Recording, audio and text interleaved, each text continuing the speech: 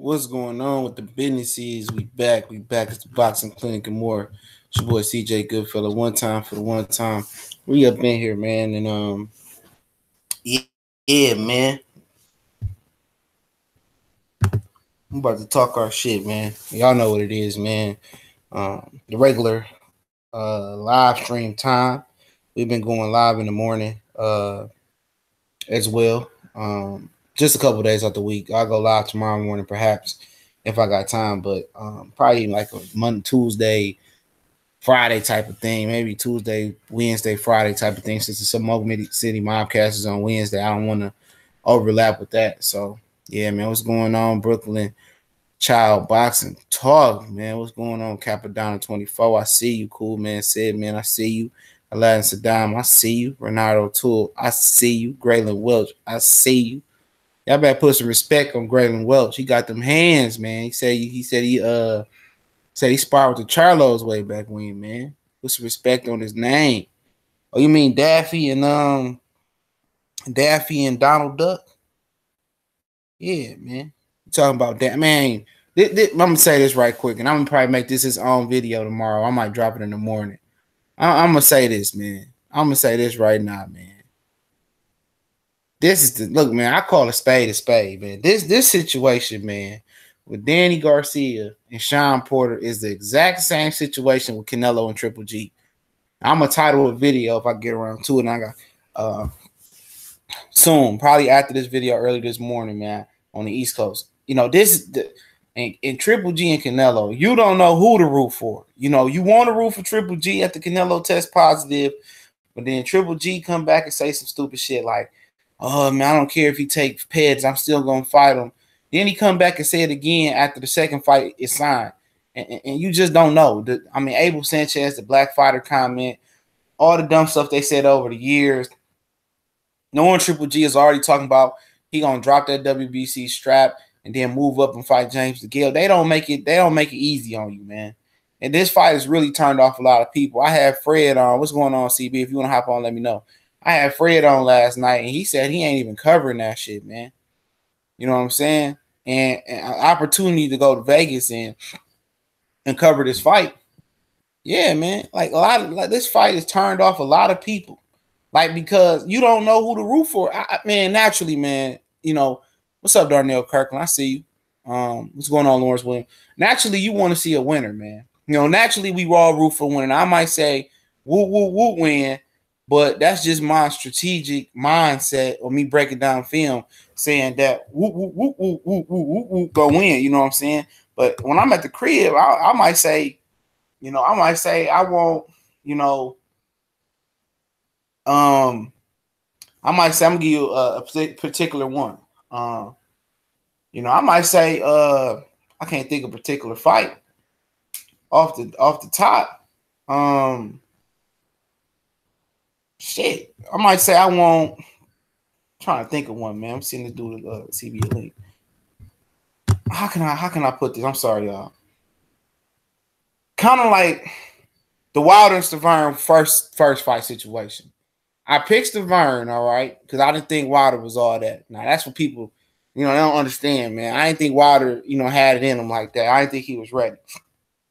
But I was rooting for Deontay Wilder, but I picked Stavern. You know what I mean? I thought he was more seasoned. And I know he had problems with old Ray Austin or whatever. I thought he was over them issues, but I was rooting for Wilder. You know, I just can give you you know, my opinion, my straight like boxing fact. I don't care if he racist, if he you know, when I do a fight breakdown, that's just a technical breakdown. That's just, you know, everything is neutral, personality, everything else is neutral. I don't have no bad, I don't put my feelings or my sentiments into that, especially with Kovalev and Ward. I picked Kovalev both times. You know what I'm saying? It ain't nothing personal. What's going on, CB? What's good with you, CJ? Nothing much, man. You know, this shit is getting crazy out here, man. This is the same situation as Canelo and Triple G. I don't have a dog in this fight because you got racist Angel Guard. That dude is racist, dog. I tried to fight it, man. That dude is racist, man. Man, he's a racist dope fiend. And at the end of the day, if the apple don't fall far from the tree, but Danny Garcia is exploiting the black community and the hip hop culture, though. Because black people letting them, you know what I'm saying? We won't support that piece of garbage. You know what I'm saying? Because I mean, got more support. He got more support. Excuse. He got more support from the black community than the Puerto Rican community. The Puerto Ricans don't fuck with Danny Garcia. And that's telling you something. And one thing I know about the Latin people, the Puerto Ricans, they support their own real heavy. So if they not rocking with him, they don't fuck with him, man, for real. Not at all. When Miguel Cotto fight at MSG, they flocked to that hoe. When Tito Trinidad fight, yep. When Tito Trinidad, they flocked for that hoe, got more pull than him, still to this day. Because they look at Danny Garcia like, you know, they look at him like you're not a real Puerto Rican. You're like, you're a white boy. That's how they look at him. His daddy said, well, we like Black Fight Fan said today, this one really nailed it before I even watched Dante's video. Somebody sent it to me. Daddy said, we ain't Afro Puerto Rican, we European Puerto Rican. Weren't you the same guy talking shit about Triple G and the rest of them Europeans, dog? But they want you to spend a black dollar with them. You know, they want to. Hey, CJ, I'm telling you, like for that Porter Garcia fight, if I watch it, because my birthday, me and my wife's birthday that Thursday, you know what I'm saying? So it ain't even a guarantee. I'm gonna watch it. I'll be somewhere partying or something. I'm gonna be honest with you.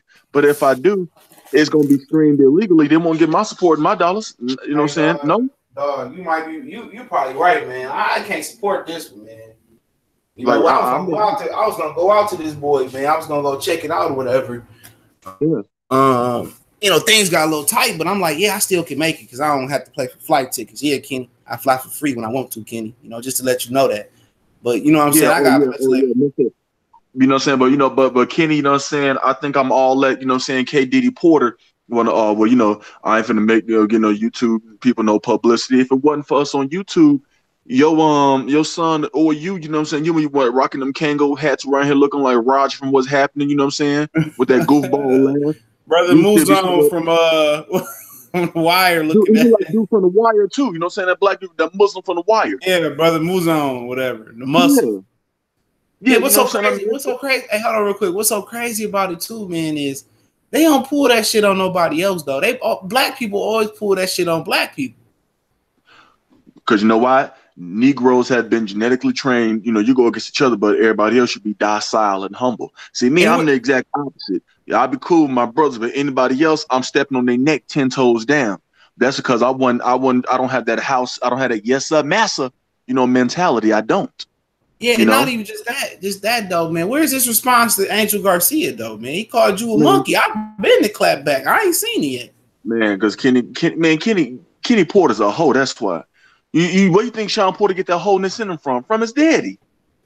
Yeah, he gonna go and pull up and people say, how you know you talk to me? That nigga was referencing shit that I said in my video. Word for word. Hey, did you notice I don't know if you saw it on the Betrayal Boxing Talk this morning, how Black Fight Fan TV played when 78 did an interview with Shawn Porter. And Shawn Porter, you know, he said, I'm gonna ask you done the question. He said, and before 78 could ask him the question, he said, as soon as Errol Spence get a belt, then we can fight. That's all I want. That's all I'm waiting on. That's all I'm waiting on. I caught that because he played the wrong audio at first. Yeah, he did. I'm saying, man, like we reference from stuff. Go ahead. Yeah, but we and you know what I'm saying? I mean, that was nothing else to say. It's like you said, but then all of a sudden you go from saying that to, when you saw, but see, I'm telling you what happened. He saw Errol Spence beat the hell out that beat him up live in person. You know what I'm saying? And when he did that to Kell Brook and then stopped him and then broke his eye socket, Shawn Porter and his daddy made up his mind then, we not fighting him. Look after that fight. I don't know if Dante got some coverage because he went over there to cover that. Yeah, he did. That. But look after that fight. You know, they whole demeanors was different. It was different. You know, but he had already, I don't know if it at that point, but they said he had already whooped on Shawn in sparring. He said that, yeah, we did spar. It got to the point where Kenny Porter was censoring questions that people would ask him in interviews to say, look, don't ask about Earl before we do this interview. We don't want to talk about that. Don't ask him questions. That's where it got to the point at. They making Earl a legend, bro. Yeah. They making this nigga a legend without even throwing a punch. Dog, his legend is grew, dog. Like, dude, this is beyond Paul Williams, man. And at a certain extent, dude, it might be beyond Mike Tyson, but at the end of the day, it was a different breed of fighter back then. Yeah, you know, absolutely. Even if they Trevor Burbick, you know what I'm saying? Mitch Green. They still fought him. They still, and Mitch Green was a savage because I mean, him and Tyson had a street fight. Yeah, man, you think them niggas, man, even think about even looking at Earl in the street? You think they even think about walking on the same side of the street as Earl, man? They making this dude into a super legend, bro. His legend. What about Larry Holmes back in the day? You know what I'm saying? Running over cars. Oh, to get a dude. Dude, Larry Holmes came off the couch and fought Mike Tyson, bro. And didn't give not a damn. You know what I'm saying, man? These dudes do something about. They making this nigga a legend, bro. They making this nigga a modern day Paul Williams, Mike Tyson type of legend. Them the two most feared niggas that I can just remember off top. Oh yeah, that's exactly why, you know what I'm saying, you see, you know what I'm saying, the money that Showtime putting into him now, you know what I'm saying, because of these. Now they gonna have to see him. Yeah. You know, people say, and people's favorite line is just business, man. Like, I don't want to hear that shit. Man. I don't care about the business. That's not money going into my pocket. I don't give a damn what they make. I want to see them get in the ring. I want to see two talented fighters in the prime of their careers, at the peak of their powers, go at it. Dog, we streaming that. We starting a boycott right now for Danny and Shawn. We streaming that shit. I'm streaming that. You know what I'm saying? We gonna show y'all how to stream it, bro. We gonna show you how to stream it, man. And I'm gonna have somebody show y'all. I'm gonna show y'all how to stream it. And I'm gonna have a backup stream. One of the homies on Facebook, how y'all leak up with him. We might just start a stream party on Facebook. That'll make sense. You know, we gonna make a group, and I'm gonna start inviting y'all, and we gonna start streaming the fighters that we boycott. And I'm gonna stream them up. Yeah, I'm gonna stream that motherfucker right in that group where y'all be able to see the fight. I'm not feeling because I can't support neither one of them because the simple fact, Angel and Danny are low key racist. Well, Angel's are out front racist. Danny Garcia, you know what I'm saying? Low key. Danny's a low key racist. You know what I'm saying? If you don't understand what a hip hop vulture is, man, you hear Damon Dash talk about it, talking about old boy Lori, whatever old boy name is. A black, or I'm gonna just say hip hop culture vulture is Danny Garcia, a dude that's using the black community, who dressing like us. He act like he with the hip hop culture. He act like he rubbed shoulders with a couple black people to make it seem like he not racist. He employ a few black people, whatever like that. But at the same time, he don't really fuck with the culture. He just using the culture as a platform to get what he need. He not putting nothing back into the culture. You know, it's taken away from the black community and hip hop culture. That's a culture vulture. Using the hip hop culture, using our dress, using our swag, but at the end of the day, you're not for the cause. You're not for the cause. You know, you going to take your money elsewhere. You know what I'm saying? At the end of the day, I like Danny, man. I supported Danny through his career. I mean, when you talk about Ashley Theo Payne on Friday Night Fights, you talking about Kendall Hall fight that was on the undercard. What up, Corey Lee?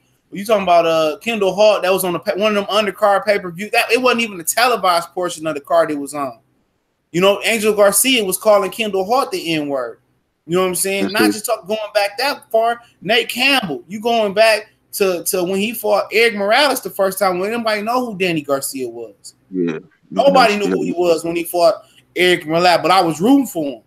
You know what I'm saying? He just using the black community to get up. And now he in the position, man, I can't rock with him, bro. I rock with Booster Porter before I rock with him. And like I said, man, we gonna boycott. I'm gonna show y'all how to boycott. I'm leading this boycott. And it look like, hold on real quick. It ain't even about Earl. That's what people don't get. Y'all ride Earl so hard. It ain't even about it. I just want to see the best fight the best. That's all it is. And people don't realize we get behind Earl like that because guess what? He's ready and willing to fight the best. He's been wanting to fight the best. He's been calling them out consistently. He's been consistent in his demeanor and his approach with everything. It ain't saying, oh, I'm consistent right now and I get the belt. No, let me talk funny. Let me back off. Oh, it's business and that. No, Errol has been consistent. He wants to fight the best, but they see. I told you, CJ, when I just saw Errol Spence last fight against Carlos Ocampo, in that one round alone, that man body shots, his shots sound like gunshots through the TV. I said, what the hell? And guess what? If I'm hearing that, I know the Danny Garcias, the Shawn Porters, the Keith Thurmans of the world, you know what I'm saying? All of them, they hearing that too. Like, you know what I'm saying? They see like, hey, this man knocking dudes out with body shots, and this man is hungry. And even when he get there, like he already said, even when I do get there, I make it, you know what I'm saying? Say still, I'm gonna go to 154. I want to challenge Undisputed. That's how I'm still gonna stay hungry. So they see there is At no the end, end in sight. at the end of the day, man, they making this nigga into a legend, bro.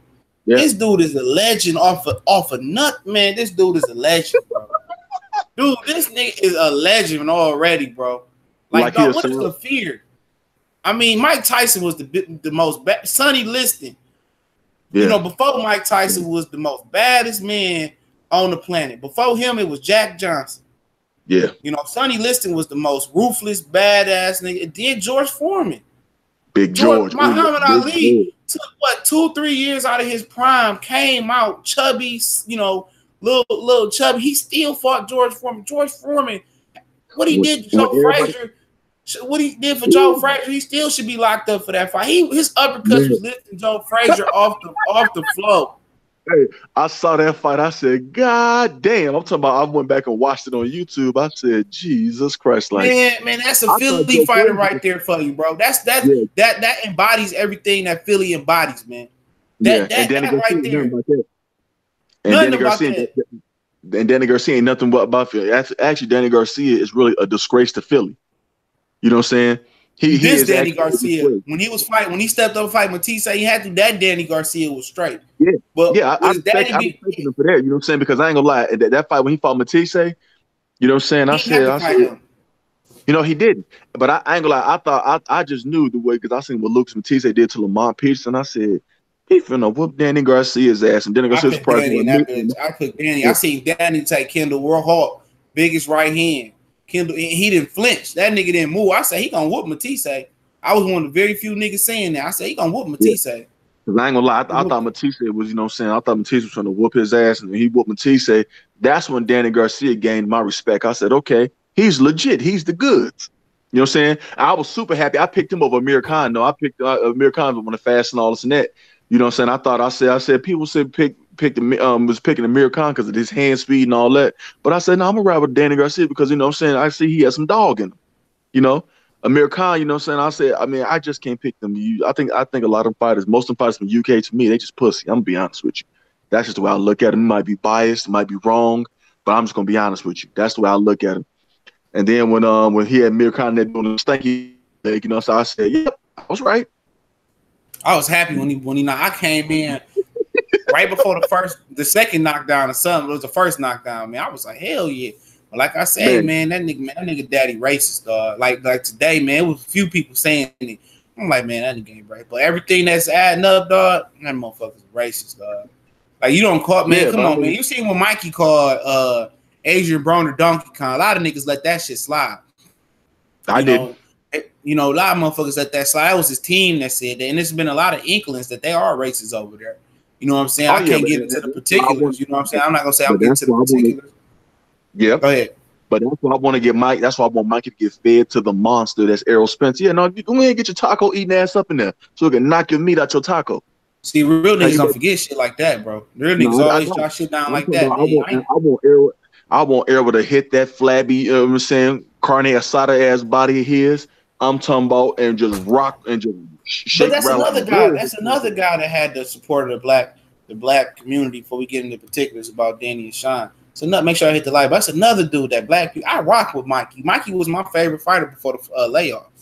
You know what I'm saying? But now stuff that's coming out about Ellie being racist and stuff. And I know these fighters hear that shit, man. They be, oh, you spitting on me. Like, dude, man, this shit that I heard and shit that I seen that I exploited, man, I can't, bro, man. But I'm gonna say this right here, nigga, man.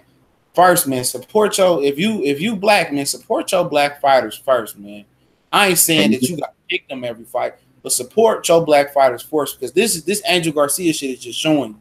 Because he had never came out and said no monkey shit like he said the other day on the Boxing Voice when Danny first was coming up.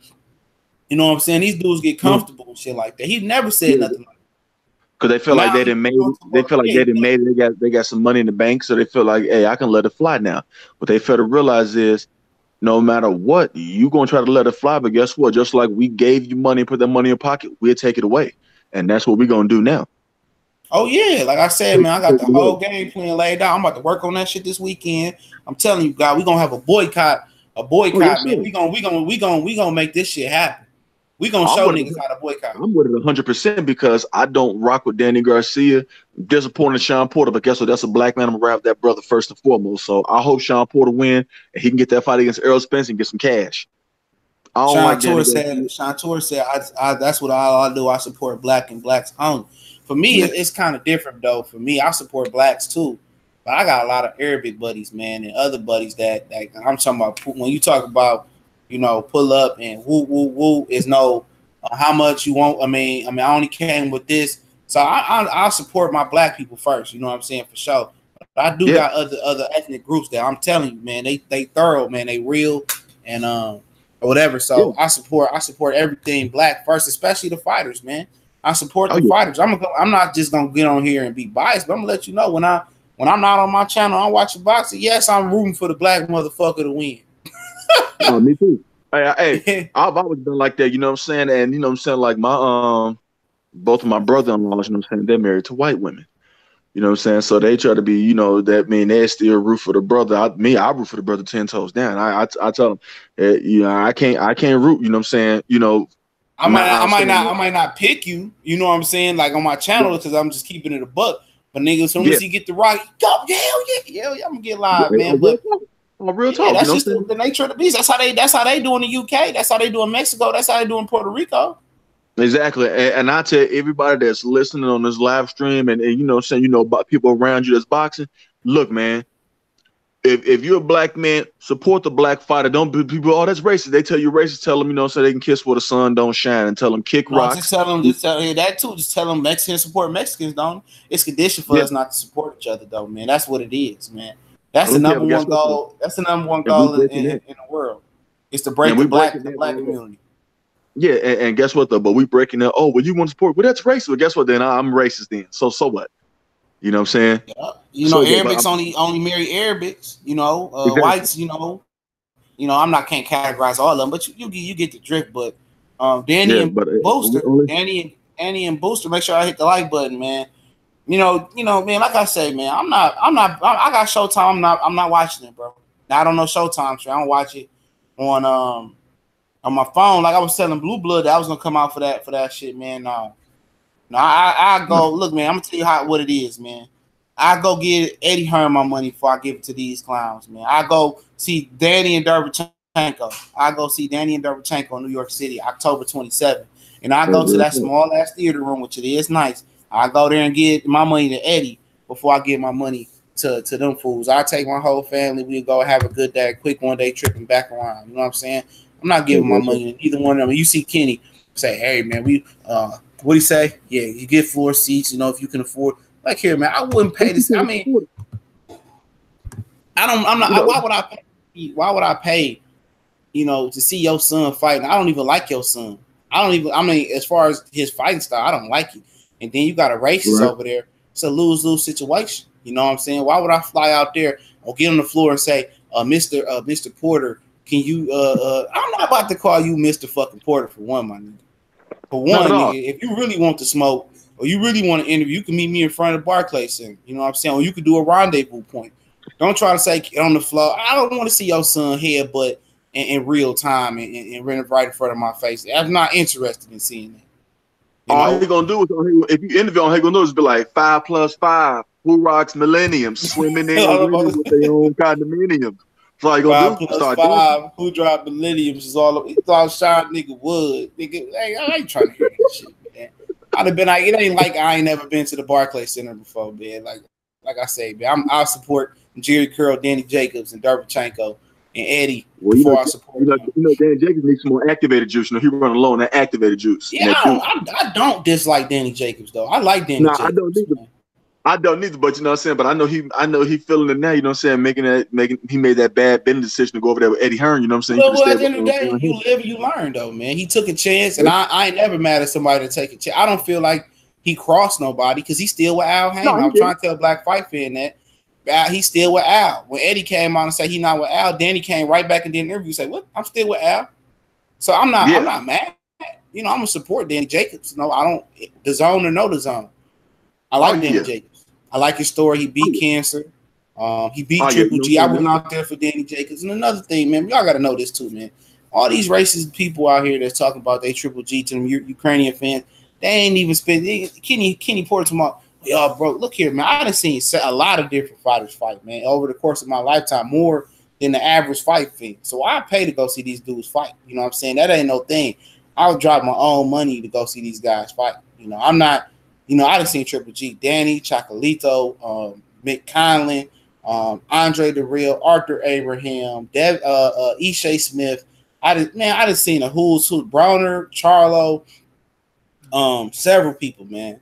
You know what I'm saying? And at the end of the day, man, I'm spending my money. Most of the average Triple G fan and the average Ukrainian fan, them dudes don't spend no money, bro. They don't spend no money to go see them fighters.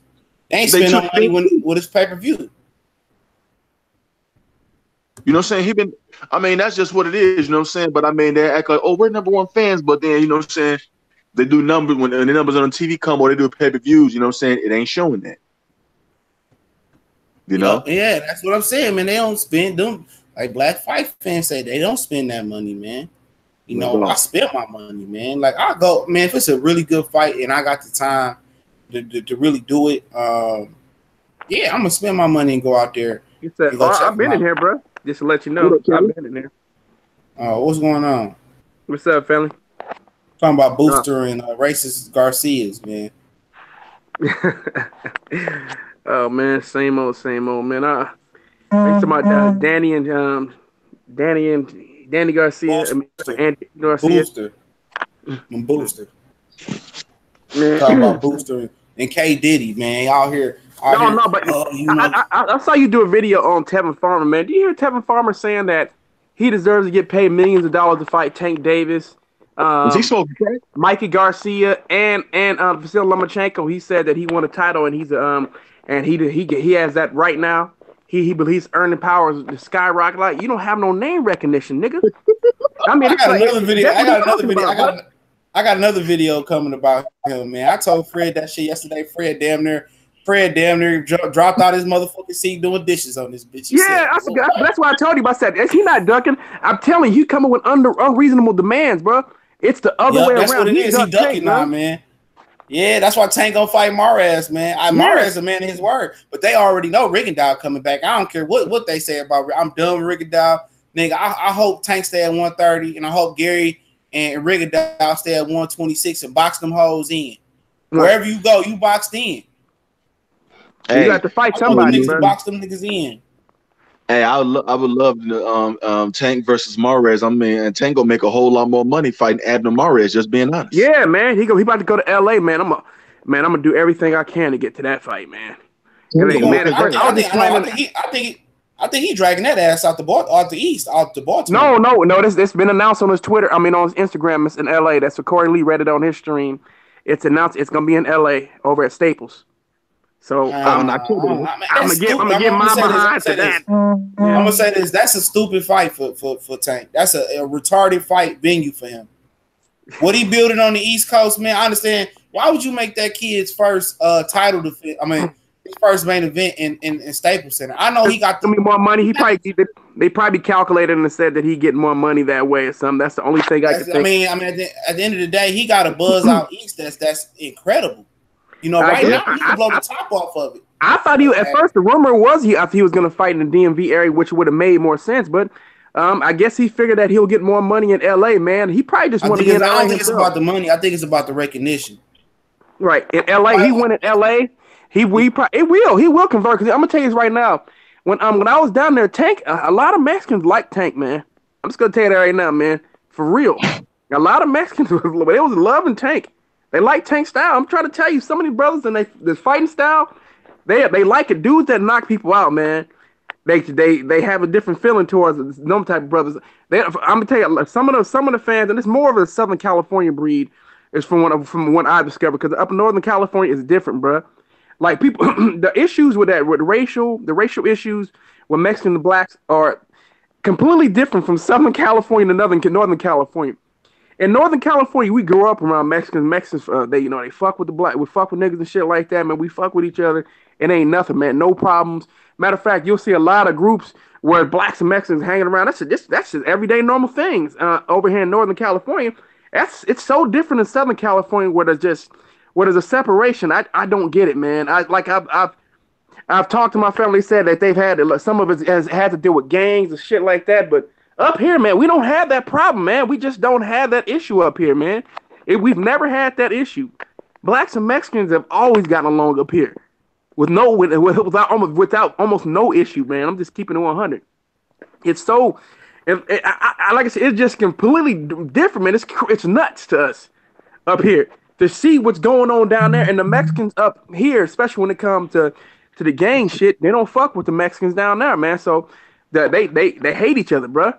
Up north and down south. But like I said, it's more the Mexicans up here. They fuck with black folks, bruh, and the black folks fuck with the Mexicans, and it's just always been that way. And it's just never been second thought. They just got problems down there in Southern California, man, where the hate is deep down there. And it's stupid, man, to me, because like I said, we just don't have those problems up here, man. We just never have, which is why I can go to these gyms and I don't have to worry about, no sneak dissing and no shit like that, man, going on. Where in Southern California, you may worry about, you may have to think about some of that shit, man, because it's just motherfuckers going to the gym, motherfuckers looking at you sideways, some shit like that. Like, hey, man, I said, look, man, whatever problems y'all got with black folks down there, like y'all need to resolve that shit, because we don't have those issues up north. The issues that happens in Southern California, it's like 3 different states. Fresno's a little odd. It's kind of a mixture of both. So, I mean, to a certain extent, but it's closer to Southern California, even though Fresno's closer to Northern. It's the same distance from LA to Frisco. Fresno's the same distance from LA to Frisco. Fresno to LA is the same distance than it is from Fresno to San Francisco, like the middle of this fucking state.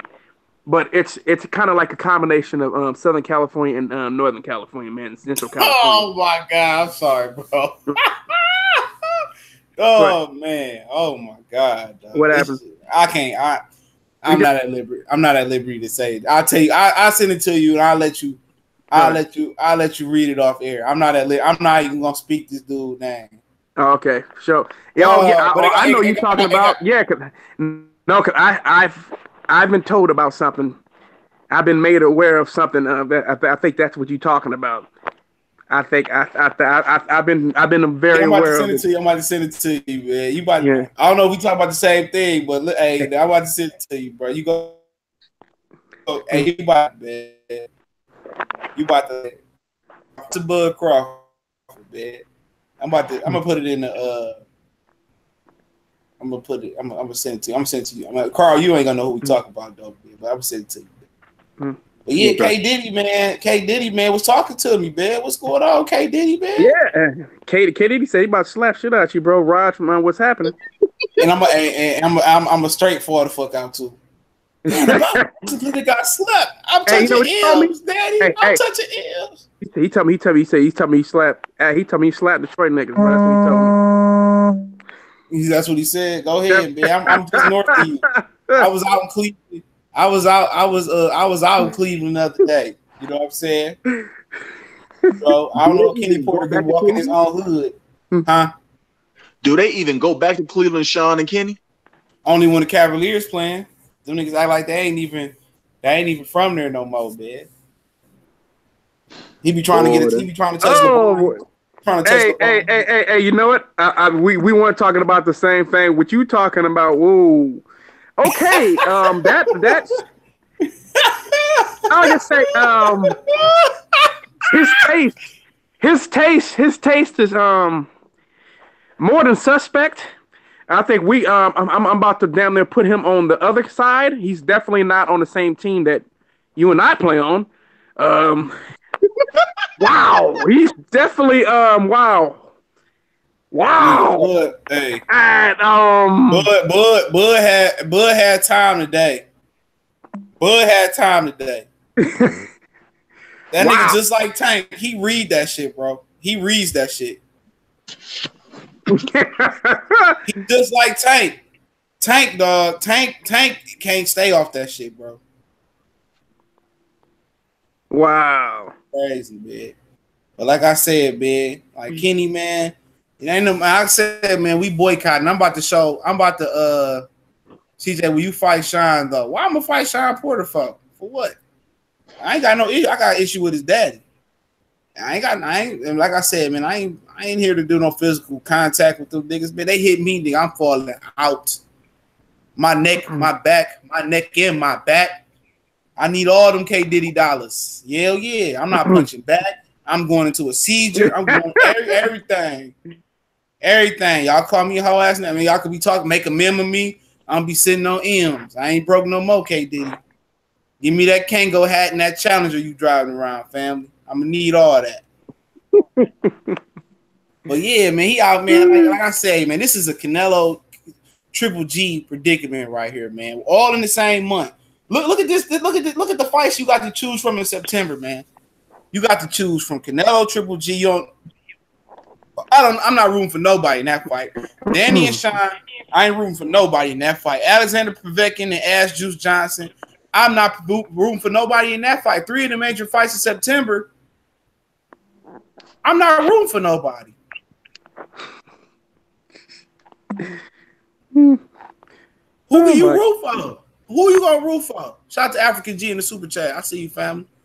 Who can you root for? Seriously, bro. You got a racist family and Danny and Angel. Angel's the head of the family. So I look at all the Garcias as racist motherfuckers, man. I'm just gonna keep it up. Then you got Kenny Porter that's gonna be quick to respond to the LDBC, who the only people talking about Shawn Porter. Only people. You know what I'm saying? They quick to talk shit about us and not want to do interviews with Tiki. Right. You know, I want to do interviews with none of us. All right. If we don't talk about you, we don't talk about Shawn. Shawn gets no play. Because nobody else want to talk about Shawn Porter. Matter of fact, even if we talk about him, nobody want to talk about Shawn Porter because no one likes his style of fighting, man. I mean, I'm just keeping. I mean, Shawn. I give Shawn this. Shawn is tough. Shawn's a durable bastard, man. You know what I'm saying? He's a dude who can take punishment, man. He's very difficult to deal with. But I mean, outside of that, that's that. But his style is the reason why he has no fan base, and he on top of it, he has no personality. On top of having a style that's not attractive, it's aesthetically pleasing, man. It's not pleasing to the eye. So then they want to blame. Go ahead, CB. Shawn Porter need to go to the WWE. He'll fit right in. That's where he needs to go. You know what I'm saying? Because that shit that he can, MMA, bro. MMA. Is disgusting. Not even MMA. That nigga be a fullback right now. And not only just that, though, they talking about where Earl had the media platform of the social media. Where? I don't see Earl, doing what Ryan Garcia doing and putting on the Flash outfit and doing it for the not that goddamn active on social media. He really isn't that active. He's not a talk. Earl is an introvert. Earl is just like Shawn Porter is an introvert. He's not a talkative guy. His personality is just as dry as paint. I mean, people just act like Earl Spence just has this incredible personality. He doesn't. His personality is barely better than Shawn Porter's. It's about the same. They got about the same kind of personality, man. And he's over there trying to act like there's some advantage. No, his advantage came from his fighting style is pretty. You have that, right? So it's very pleasing to the eye. He's knocking people out, and you don't want to fight him. I mean, that's what helped his fan base grow.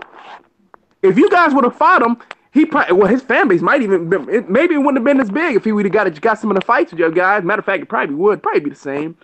But you guys are helping this the myth of this guy grow. So people say that Earl's overrated. Okay, I guess you can say that because he hasn't got a chance to fight anybody. He hasn't fought anybody because the guys won't fight him.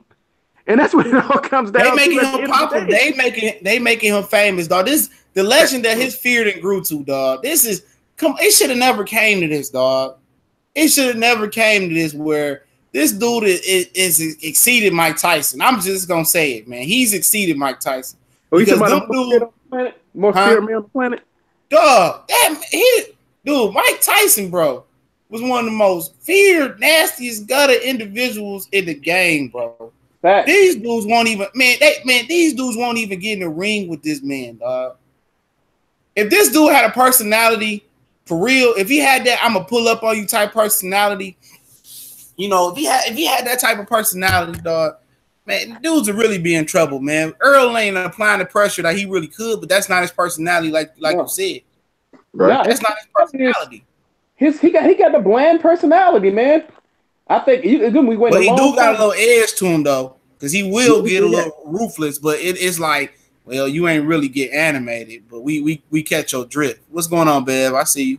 Yeah, he's just Earl's the kind of dude like he'll just sit back and then he'll get annoyed by something and then he'll respond. It takes a lot for him to even respond because he's just not a talker. He's never gonna be this and neither's Bud Crawford. Bud Crawford he gets annoyed by him. Both they the same. They in the same bracket. Guys, Shawn Porter has the same personality as the other three motherfuckers. For real. Danny Garcia has more personality than the other three dudes. Danny Garcia, when you see Danny Garcia away from... He ain't got no personality. And he don't have no personality, but he has more than the other dudes. You see Danny Porter, because Danny Porter is... And he get on... Let me say one more thing too, man. Before it bounce off my head, man, which is starting to bounce off. I'm starting to forget. I'm tired of this nigga Kenny, man, talking about what they did in the amateurs. We don't give a hell what you did in the amateurs, dog. We fought 6 foot. We ain't ducking up in the amateurs, dog. I'm gonna tell you how it worked. You don't have no choice. If you line up versus the Billy Badass in the first round, either you gonna waste your money flying out there or paying for these kids to get out there, or you not gonna fight them. You know what I'm saying? In the amateurs, you have no options. So we don't care about who you beat in the amateurs. We don't care about who boots you shined in the amateurs. No, and he was talking about his current weight. I'm like, well, he was weighing like what 150 something or 160 something at the time. 165. Yeah, 165. So you fought him at 165. You didn't fight him when he was at 230. Usyk would whoop his ass right now. So man, don't stop trying to act like it's the same thing. It ain't the same goddamn thing. You fought him in the amateurs, not in the pros, nigga. And like, man, it's equivalent. It's not.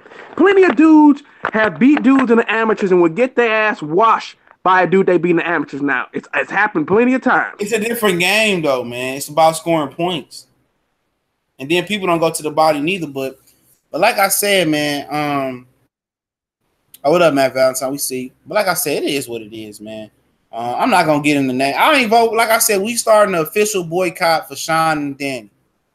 Official boycott. I'm telling y'all, I'm gonna do a Facebook group.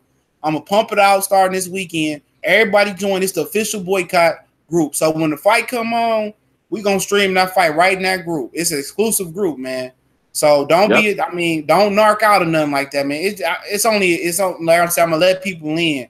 But man, anybody that gets suspect, you getting bounced off rip. Because what you're gonna be able to do is we're gonna be able to throw a fight party in there, and I'm gonna be able to put the fight on TV and streaming right there. So you ain't got to give Showtime your viewership. No, you ain't gonna have to give Showtime that's the point.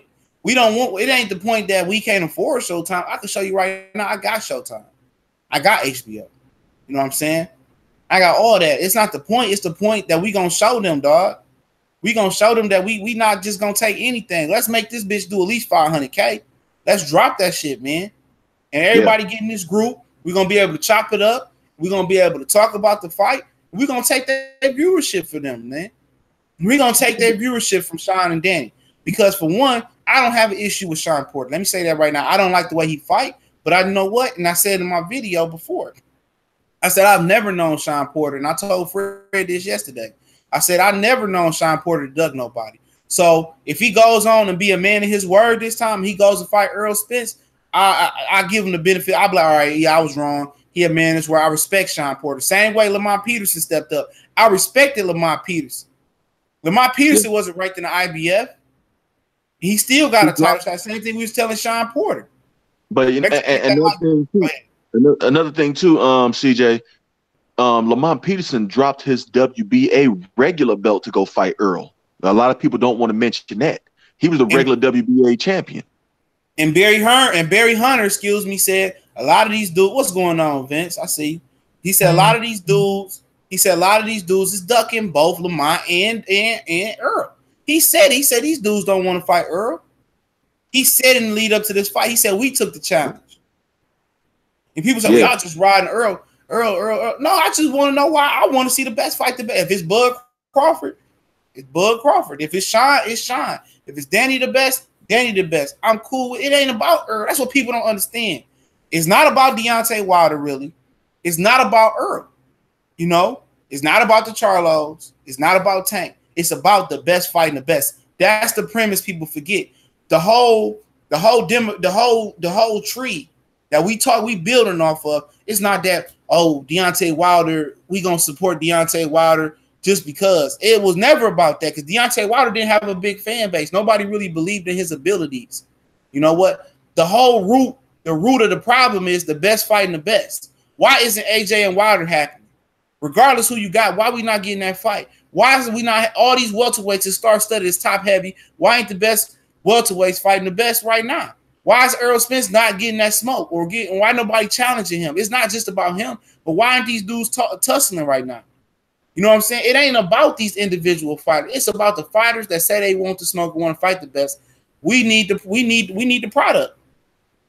You know, that's what it's about, man. It was never about us pushing this Wilder shit down nobody's throat. It's the fact of exposing and debunking the fake ass shit that Anthony Joshua was saying, man. You know, it was never about fanboy shit. It's still not. It's why we not getting the best product for the sport. You know, it's about that. Why isn't it's not about, it's our selfish acts that we want to just watch the best for the sake of watching the best. No, I want this sport to flourish. You know what I'm saying? With the NFL about to be on the slide, the NHL trying to build itself back up, golf coming back with Tiger Woods doing good. Hey, man, the boxing can slide up to the top sport, man. It could slide to be a top 3 sport, but you got to have the best fighting the best. Exactly. That's what it's about. And that's what they fail to realize is, you know, if the best is fighting the best, that's going to bring more people in, and more people are going to be paying attention to boxing. All this, let the fight build. Who got time for that? I'm not going to let shit build. And y'all going to give me something past its prime, and it's not as good as it could have been when these two were at you know, saying at the peak, when their abilities was at its best and all that. And that's what I want. That's what I demand. Because if not, I'm not going to watch the shit. I'm not going to. I'm going to stream that shit illegally. I'm going to tell you like that. And that's the game plan for now on, man. With this new group I'm about to put together on Facebook, I'm gonna start pumping it out. You know what I'm saying? We all gonna get in here, do a watch party. I'm gonna stream these fights, these bullshit ass fights. We gonna control that. I'm supporting one fighter or another. I'm supporting the best fighting the best. You know what I'm saying? Period. And that's what they feel around. That's why they tell us, the LDBC races. No, we're all about the top competition, fighting top competition. I'm not gonna sit here and entertain no top ranked boxing type card, no matchroom type boxing card, so no golden boy boxing card. And it's, you know what I'm saying, I'd rather, spend a night, getting towed up drunk or be out in the streets, with my wife, go and have a dinner or something like that, us going out enjoying ourselves. I'd rather do that than sit here and waste, hours of my life that I can't get back looking at pure D garbage. That's why me and my wife, I've gotten her into boxing, and she can sit down and watch a Showtime card with me. I try to have a matchroom card. She gonna look at me like I lost my goddamn mind. And to tell me, this is some bullshit, and to get right on her phone. But a Showtime card, guess what? She's tuned in. She's locked in. Because I've educated her on these fighters, and she see it, and she see it for herself. And she's like, okay, and she'll sit there and watch an entire fight card, an entire Showtime card, because they're putting on good quality fights. That tells you, and my wife is the true definition of a casual, you know what I'm saying? Not to cut you off, but my wife is the true definition of a casual, you know what I'm saying? She is.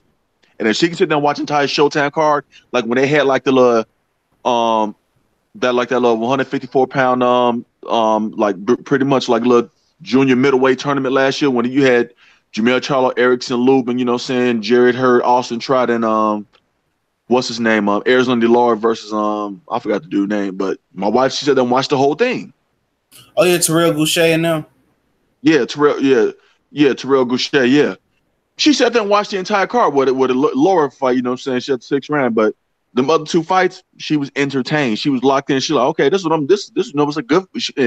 a good card. I know what a good card is, but I go, because she's a true casual, I go off of what she says and see how she likes it, and she can enjoy it.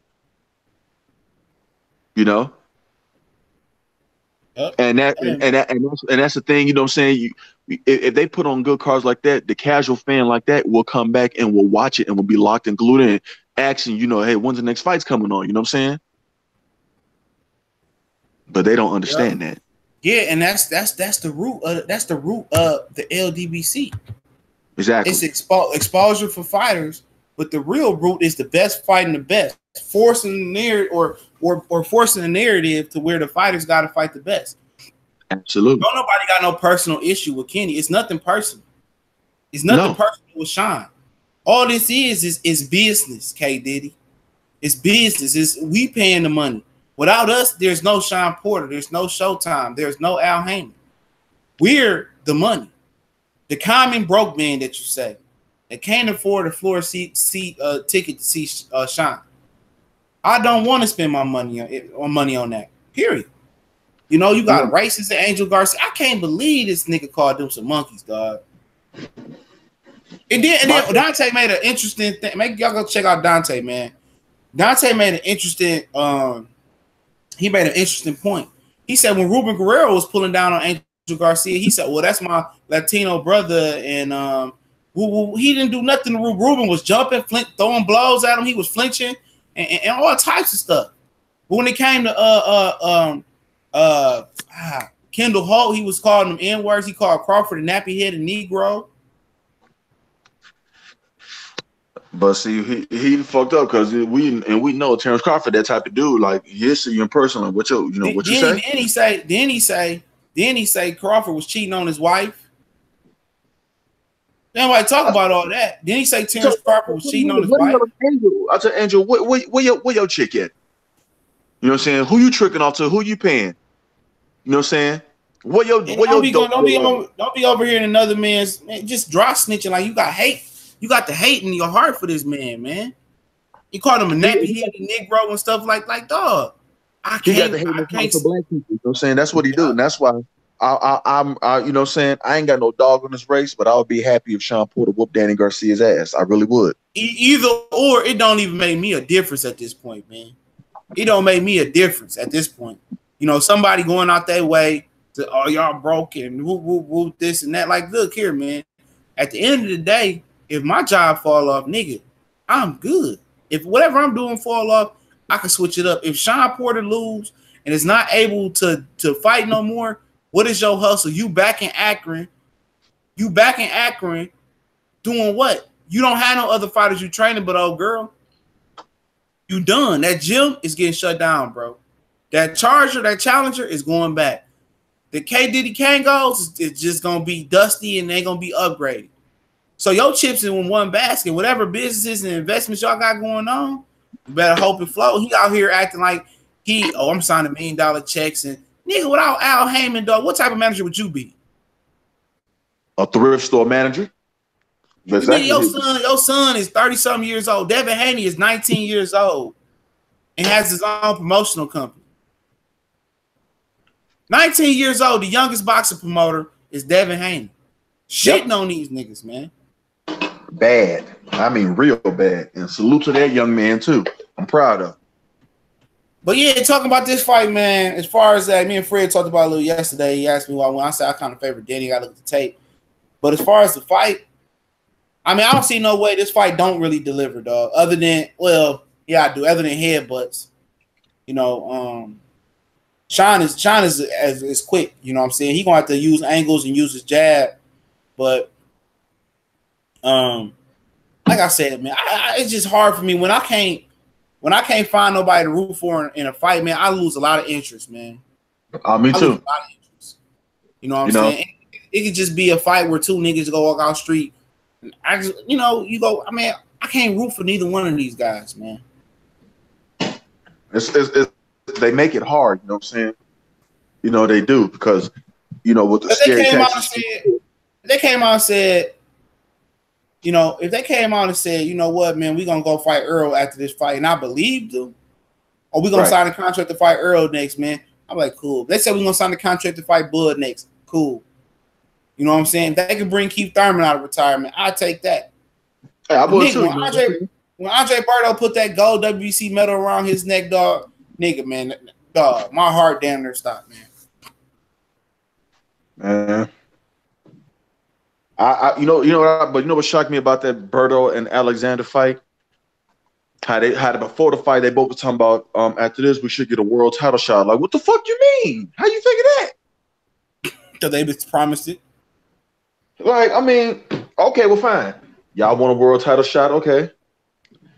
You stop motherfuckers getting a world title shot. Okay, fine. You got to fight Errol Spence. You know what I'm saying, for his title. That's all. What's up, Jerry Bailey? I see you. Guarantee the niggas change their tune. I see you. Like I said, man, people tired of just go ahead. A lot of them dudes change their tune. I was promised this. They were talking about trying to fight Keith Thurman. How you try to fight somebody that's not even back actively boxing? How?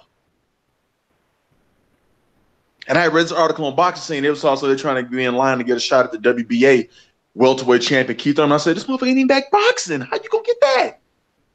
Who said that?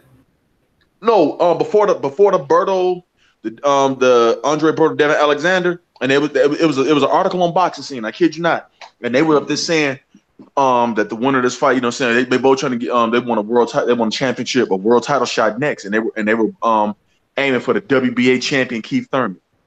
How? This man ain't even back active. The man ain't had a fight since March of 2017. And we just about going to 2019, 3 months away from him pretty much. How are you looking to try to fight this man? The man ain't even got the man ain't even got a date announced. I said, what? How was that even possible? How you gonna fight somebody? That's the shit we fighting against, man. Yeah. But I saw that. I said, I thought I was misreading. I put my glass on. Hold on, I ain't seeing this. Yes, I was. I said, this is unbelievable. Like, you really are trying to fight Keith Thurman. Like, no, let that man get his, you know what I'm saying? He need to come back, get his little tune up, but then guess what? Get right back in the mix. That nigga don't deserve a tune up, nigga. That nigga don't deserve a tune up. I mean, me personally, I'm not with all that tune up crap. Like, no. You've been doing this shit your whole life. You better crank it up. Exactly, you know what I'm saying? All on them old ass limbs, man, and get the fighting. You've been off too long. And that was by design, man. He did that shit by design mostly. I know he was injured, but a lot of that shit was by design, man. Like I said, man, these dudes, boxing, I ain't seen nothing like this before, man. Seriously, man. Nothing like it. No, welterweight division, man. And if I'm Earl, man, I'm changing my stance. I ain't moving up shit. I ain't moving nowhere. You know what I'm saying? You know what, man? Because, Canelo really trying to, you know what I'm saying, hoping and praying early, you know what I'm saying, take the bait. Oh, please come fight me. Because I don't want to fight Jamal gonna call him like, nah, bro, don't do it. Jamal probably gonna say, no, you taking food off my table. I don't even think Jamal even have to call him. I just think Earl gonna be like, nope. I got goals I'm trying to accomplish right here. 147. Canelo, you need to go see that man. But we all know Canelo mess around and drop that WBC belt. Oh yeah, he gonna drop that. Add some fake beef with the WBC. Oscar his protection. But you know what though? Oscar his protection, man. I'm like I said, it's just. But you know something though? I think I ain't gonna even lie. In the eyes of like the true Mexican fans, they're frowning that like, hold on, man, this man called you out and you're not gonna fight him. So a lot of Mexicans will frown on that though. They're not gonna like that. Man, these ain't the same, man. This ain't your daddy's Mexican fan base, man. These niggas, man, they done, man. They ain't doing the shit they used to do, man. They not. You know, see how Santa Cruz is getting away with robbery right now, man. Ooh, he one of the biggest holes in boxing. If they ain't gonna do nothing, if they ain't gonna say nothing about what he doing, Canelo get a pat. A million people they say bought Canelo versus Chavez Jr., bro. 1 million people. That means he can go fight whoever he wants to, and they probably gonna watch him fight. They dumb, because I wouldn't do that. 1 million people bought that pay-per-view, man. That's out of control, man. Did they release them numbers, or that's what Oscar said? It's probably what Oscar said, but I think it did pretty good, though. Well, you know, with Canelo and Chavez, I know it did pretty good, but 1 million pay-per-view buys, no. Probably like somewhere like around, around about 700,000. I think, you know, what I'm saying, about 600,000-700,000. I can believe that. I can believe that. When at that time, Chavez Jr. still had some credibility, so he wouldn't do it now. They would be lucky to do 200,000, 250,000 now. But at that time, it was still people still bought into the fact that Chavez Jr. could be somebody, even though he had been dropping out of training camps on a regular basis. But at the time, people still believe it. So yeah, millions, right. for that fight. Now, I don't think he's done. He definitely do $1 million for the Triple G fight. He definitely did do that shit. They did terrible numbers. That's why they technically never released them. Yeah, but you let these articles like telling on like the boxing scene and boxing news. Canelo Triple G, the first fight did 1.3 million pay-per-view buys. I'm like, where we get these numbers from? But that's what they've been reporting. No, you know what I'm saying? Oscar De La Hoya they never released those numbers. HBO never released those numbers, so they lied. They just made that shit up. Hey, hold on, man. Let me ask you a question real quick. This is off topic. Is motherfucking Chris Carter back on the Devil's Dandruff, dog? Probably so. This motherfucker put Mike Evans over AJ Green. Is he on some dope? Oh yeah, he on major dope. Talking about first top 5 receivers in the NFL. Man.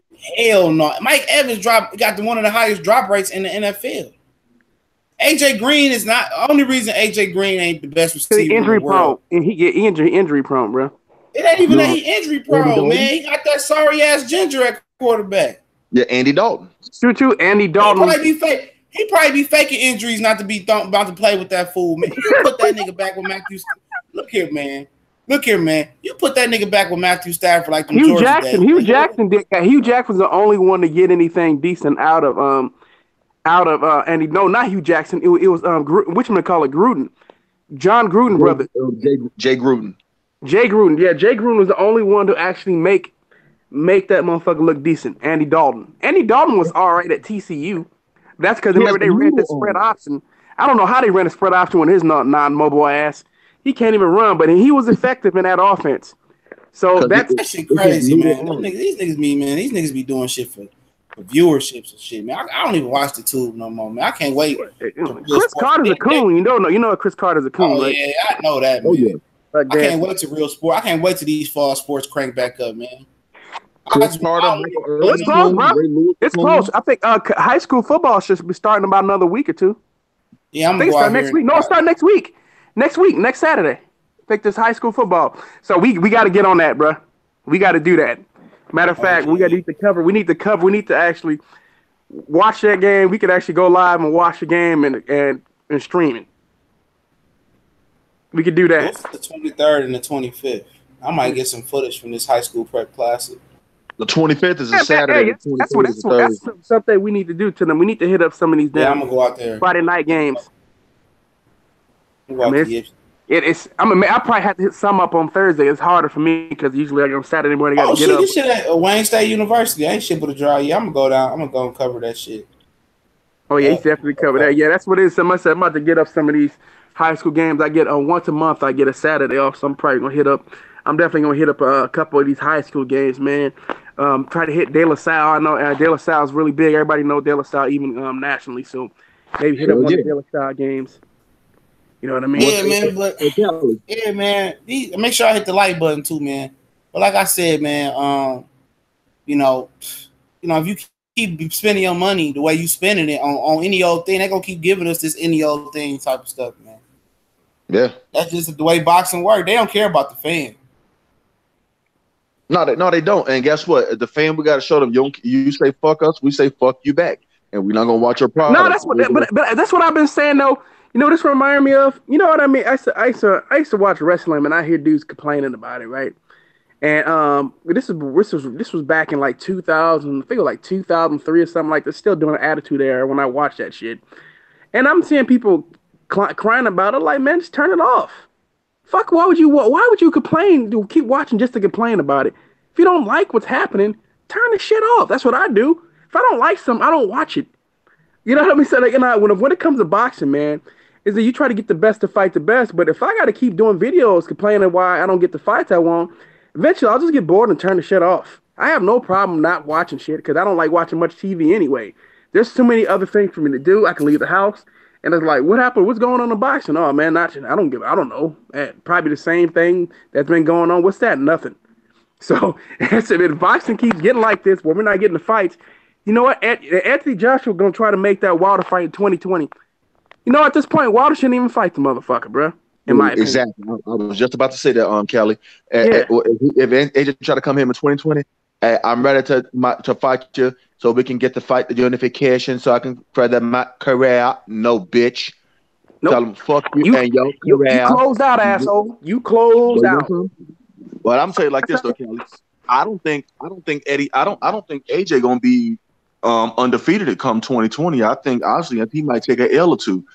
Yeah, that'd be funny if he gets stretched by Dillian White, man. That would be the best thing to happen to his little punk ass. I'm thinking that, but I saw that on World Boxing News this morning. You know what I'm saying? Tell some AJ mandatories is piled up. He got it. You know what I'm saying? First off, this fight with Povetkin, how's it just for the WBA belt when Povetkin's the WBA and WBO mandatory? And then they've already mandated him. He got to fight. You know what I'm saying? Within 180 days. He has 180 days to fight Dillian White, which just so happily, you know what I'm saying, comes up to about, you know what I'm saying, March 22nd, though he's supposed to come back to the ring April 13th. How coincidence? Not even just make him the Super WO champion. He don't have a mandatory until 2018. See how fishy shit work? Yep. Oh, yeah. But then the funny part about this, though, too, you know what I'm saying? Guess what? After that, then he'll have his IBF mandatory coach. You know, Pull last gonna lose that fight. Huey Fury gonna win. Anthony Joshua gonna get the fight with Huey Fury. And you know, and it's sad, man. And you know, here's the thing though. Who thinks Huey Fury would fight Deontay Wilder? I don't. Because Huey Fury, his father. Remember, his father been picky with fights anyway, man. They pick and choose. Definitely don't mind ducking people. He pulled out a Deontay Wilder fight. The day that he the fight that Wilder fought Gerald Washington. They offered that same day to Huey Fury. Huey Fury, that was his best opportunity to beat Wilder coming off a long layoff. He didn't want no smoke. He know he's gonna. Anybody who got a chance of knocking him out, man, they don't be wanting no smoke with, bro. I already know how he was big. And they still like talking about his father. It's like his father would kick your ass. I don't give a fuck what you say, man. Huey Fury's father, and then they say, no, we're not gonna fight this guy. We're not gonna fight that guy. It's like Joe Joyce wanted to fight Huey Fury. He's like, no, I'm like, dude, why not just fight him? The low-risk high reward. I'm like, dude, you supposed to be this big-time boxer. You can't fucking beat Joe Joyce? I mean, good Lord, man. Good. I don't know. 5 fights. Joe Joyce will beat the shit out of Huey Fury. Even Joe. I mean, big fight. Miller wouldn't even fight Joe Joyce. Joe Joyce called him out. Big T Miller. Big Baby Miller talking about. He said, "You don't have enough moolah. You don't have enough, nigga. You ain't got no moolah, bro." I mean, I love how Big Baby Miller talk shit like he making all this paper. Yeah, he would have lost. He lost the purse bid, man. He talk like he got big bank. Like, dude, can we see you fight somebody, you know, anywhere near your age range? You know, because he seemed like he only want to fight. He's another he ain't a killer, though. He's a granddaddy fighter. He'll fight your great-granddaddy. Anthony Joshua was a great-granddaddy killer. I mean, but it's absolutely, though. He fighting a great-granddaddy now. I don't think he's going to knock out Povetkin, though. I think this is going to be a 12-round decision. I mean, we'll see, man. But maybe Povetkin lays down, man. I don't trust none of this shit no more, man. Anthony Joshua's career has been so guided and paid for that I just don't trust the dude, man. Cali, huh? It depends on what them Russians say. Because them Russians own Eddie Hearn. Another thing I want to say, man, he reportedly, like Cali said, he supposed to be making $10 million. Where do you think the rest of that money went? Went straight to Povetkin. Russia, Povetkin and Russia. Yep. Eddie Hearn might have owed them money, man. For real, he might have owed them money. But you know, here's the thing though. Even with that though, the UK doesn't generate that much money. The biggest event in the UK has been about 50 million. So that fight, I'm telling you right now, the Povetkin AJ fight ain't going. I'd be surprised if it does 30 million, 35 million. You know what I'm saying? I just don't think people don't seem to be all that excited about this fucking fight. I mean, even in the UK, you don't see a lot of videos popping out about Povetkin, Joshua. And the funny thing, it's true. You know what I said? If we don't really talk, we don't go hard pumping that fight don't do shit. If we were talking about that fight, it would be the talk of YouTube and the internet. But we don't, I mean, it's just not, who's excited about that fucking fight? I mean, it's a fight that Anthony Joshua should win. I mean, but Cali, how stupid is AJ? I saw your video, you had me laughing. You talked some $70 million like you turned out. You mean, you take a $70 million pay cut? I mean, I'm still like, that shit still fucked my head up.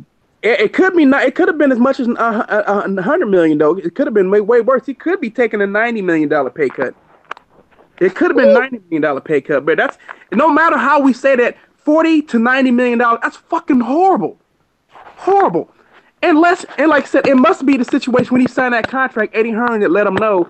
I'm gonna say this could be just said. This is a conspiracy theory. Hold on. Did he sign his own contract, or did Eddie sign for him? You know, Eddie probably signed for him because. Hey, I'm gonna tell you about this right now, man. Because like I told you, I spoke to I spoke to a manager here, and he was telling me, he said you have multiple contracts you can sign with a promoter.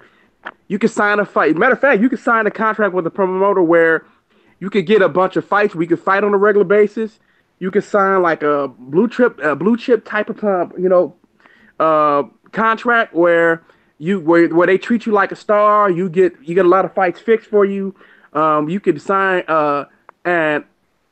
we could sign a contract where you give complete and total control to your promoter. Basically, you sign over your rights to your promoter. That means he can sign on your behalf. It's like saying that it's almost like saying he adopted you, at least for X amount of period of time. So Anthony Joshua probably signed the all rights and 100% rights exclusive contract with Eddie Hearn. That's the contract that I believe he signed. Like. Yeah, I ain't never heard nobody that could sign a contract for a nigga. Yeah, but it's legit. I didn't know. Then they got power of attorney over this. This nigga is a slave, man. He's a slave, man. This Donkey and Shrek all over again.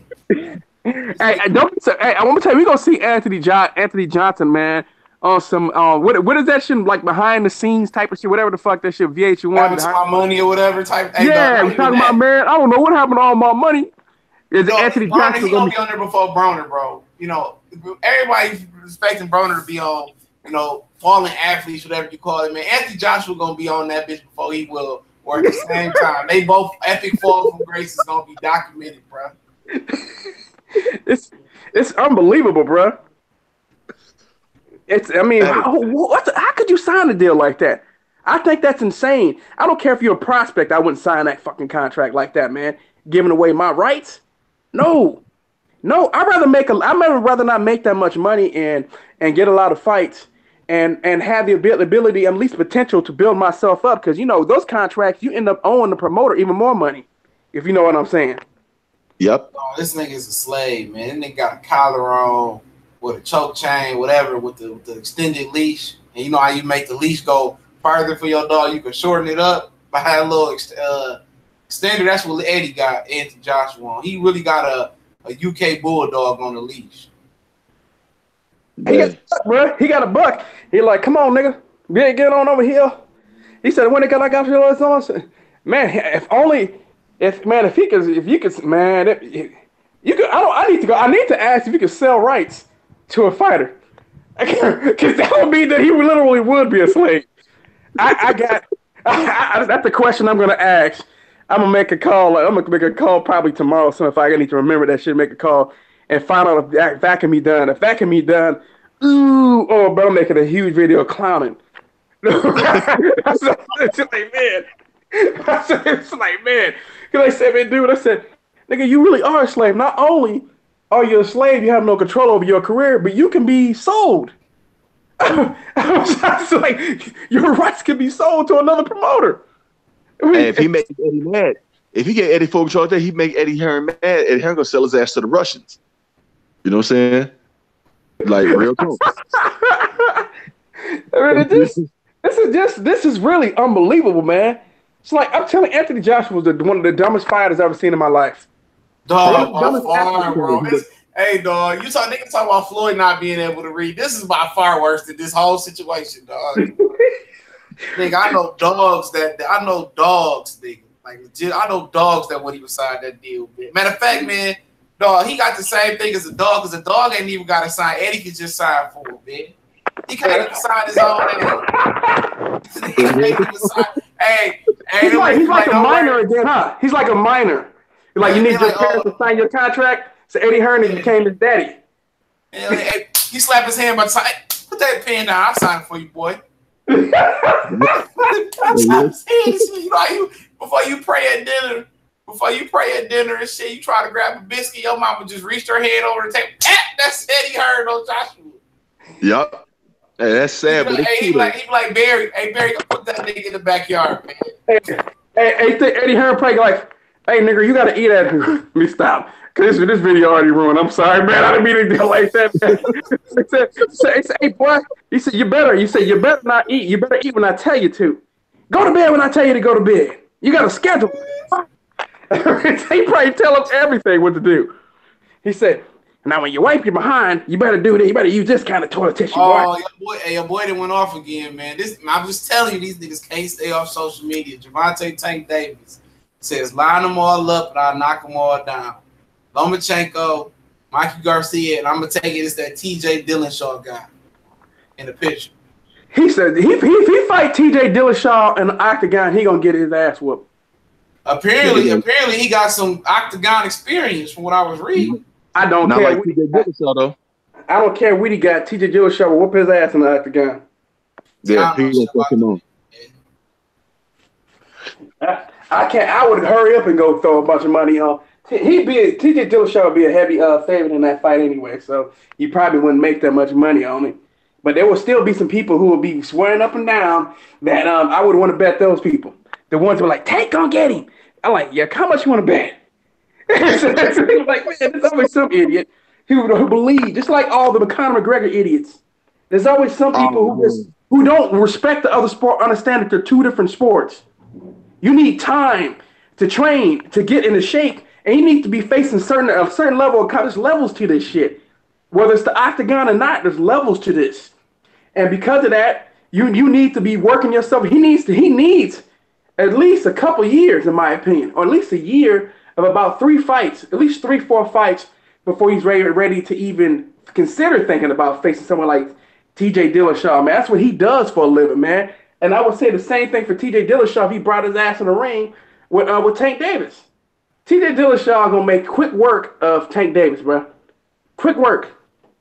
Unless TJ Dillashaw get caught. Now, if he get caught with something, it's the whole other story. But they know not to try to trade with a boxer. He gonna take his ass to the ground, bro. And that's what today. He gonna take him in the ground and submit him. The fight gonna be over quick. The same way, and you're right, Callie, the same way. And Randy Couture and James Toney. Robert said Randy Couture and James Toney. Randy Couture like, I'm not throwing no hands with you. No, he's like, someone check you. I'm a rear naked choke your ass, and that's exactly what he did. Rear naked choke right over. That's what I'm saying, man. That's what's gonna happen. You're gonna submit him. Why would you try to trade with a boxer if you're an MMA guy? You're gonna get your ass whooped.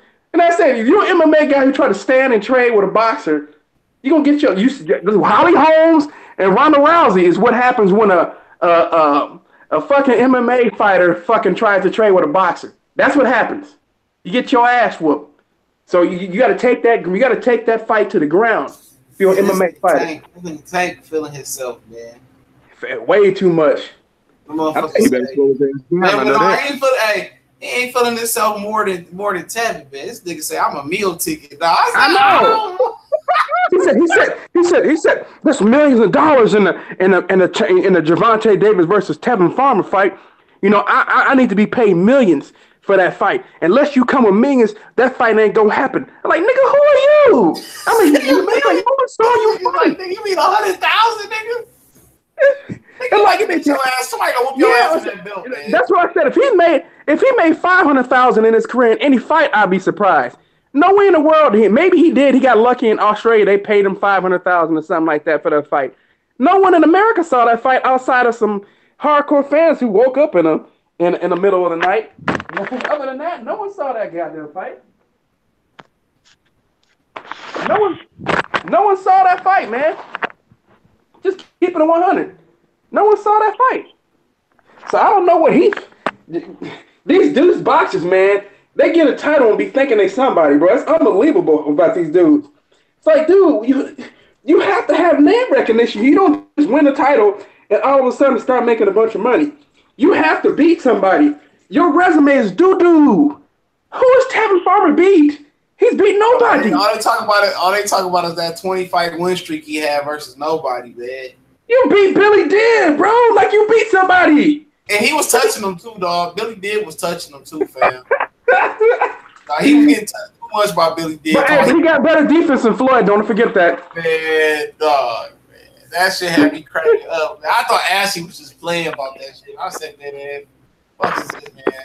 This nigga really said that shit, dog. I'm a meal ticket, though, dog. I said, I know. Boy, if you don't get your nugget crossing you saw when I saw that, and I saw your videos, but one of my last one, I said, no, I said, there's no way that Boxer, that CJ saw this. No way he can saw this because he would change his mind on who's ducking who. And if you listen to it, he said, man, I ain't going up to no, 135 anytime soon, you know what I'm saying, per se, you know what I'm saying? But if I do, you know what I'm saying, they got to pay me millions of dollars, you know what I'm saying? For me to fight them dudes, I need to be paying, millions. Not a million, millions, which is multiple millions. I mean, it's like, he lost his goddamn mind. I'm like, who are you, bro? Nobody knows you. That's like, okay, that's why I did that video. When I did that live stream, I'm like, nigga, nobody know you. And it was a private live stream that I released. Cause I was like, nigga, nobody know who you are. You have no name recognition. Cause Dr. Blick said no one knows who he is in the UK. I said no one knows who he is in America. no one knows him in America. This nigga said he a meal ticket. I say, dog. I said, okay, at least you gonna say you a meal ticket. You gonna be standing in front of a Bentley, a Maserati, a Maybach. This nigga in front of a Jeep, nigga, like nigga, with a ringy dink ass chain on, bro. Nigga, bro. So why you a meal ticket, dog? Man, if I was Tank, dog, I would have fell out. I just fell out laughing, bro. When I seen that shit, dog, nigga, I was drowning in my teeth. Hey, you think Tank? Remember, I told you he was gonna duck Tank though, bro. People was trying to say, no, Tank. I said, nah, man, listen to what he's saying. This nigga's demanding millions of dollars, bro, for that fight. How could there be Tank in the one? That's why Tank probably heard them like, fuck that nigga, bro.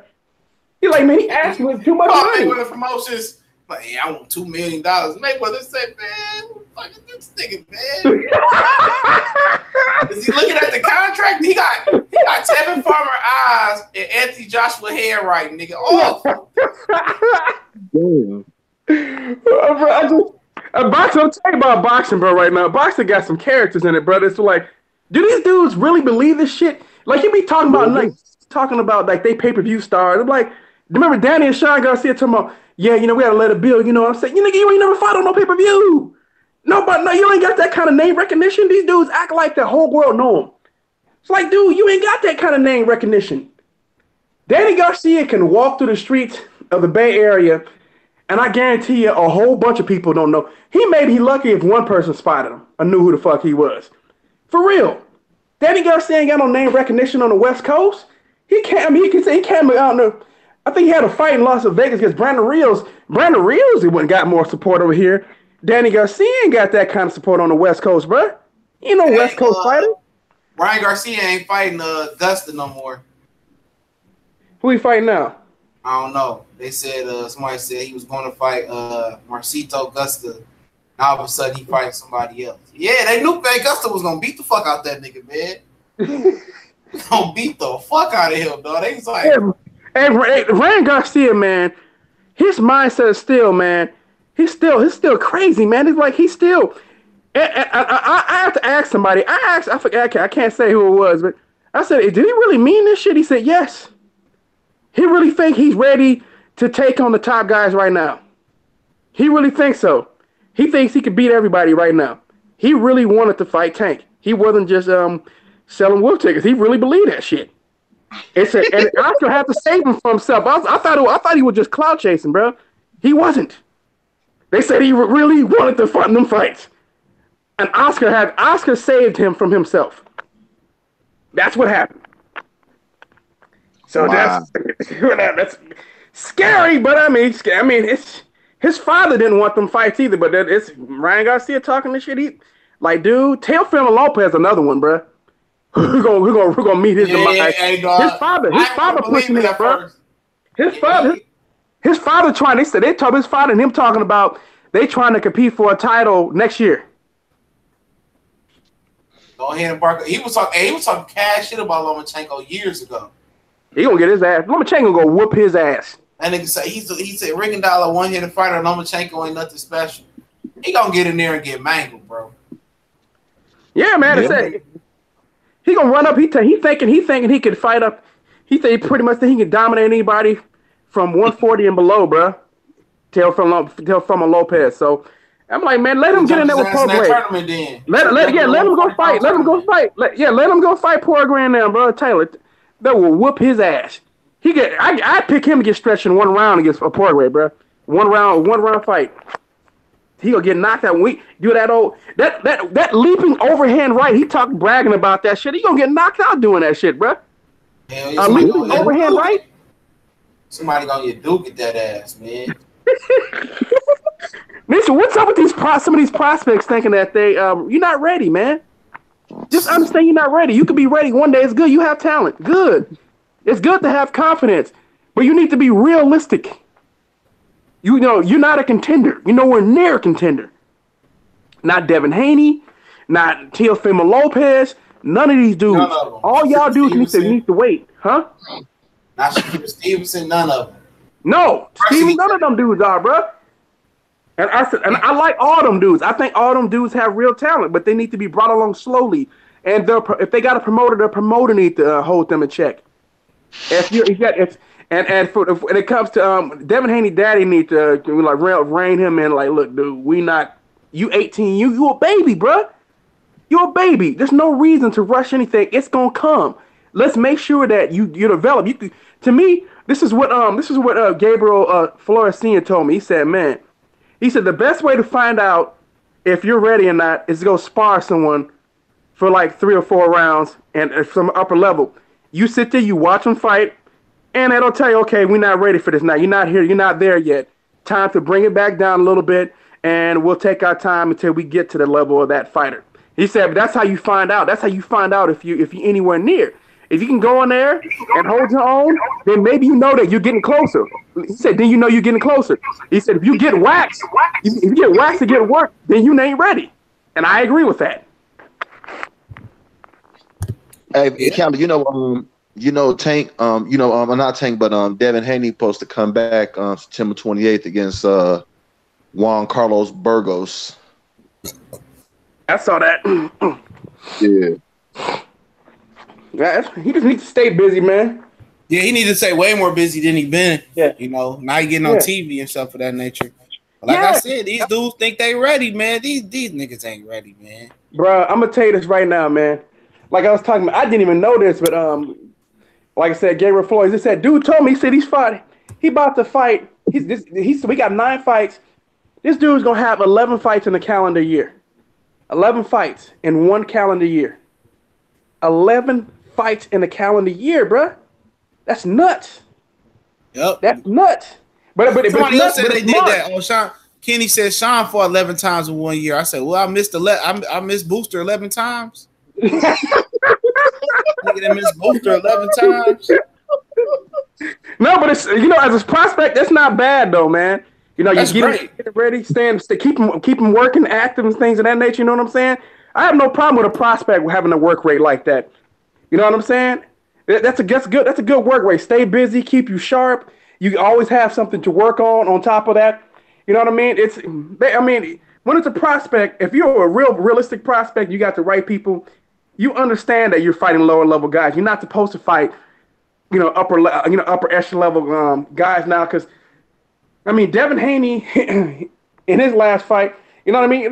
That was a decent level step up, man. But it's nothing to start to say that you're ready to compete for a title after your last victory. You're not ready to compete for a title after that victory. That doesn't mean you're ready to step up. These guys beat one mediocre fighter, and they were like, yeah, I can beat the top guys. And the fans be on that shit too, man. The fans go, oh, he beat Mason Menard. Oh, that nigga was a weird beater. I be sitting there looking like, bro. Dude, Mason Menard ain't gonna mean you ready for no title shot, bro. It's a good little victory to have for a prospect. It is. For a prospect, it's a good victory. Oh yeah, but see the fans. See, these fighters gonna learn. These fans will put you on a send-off mission.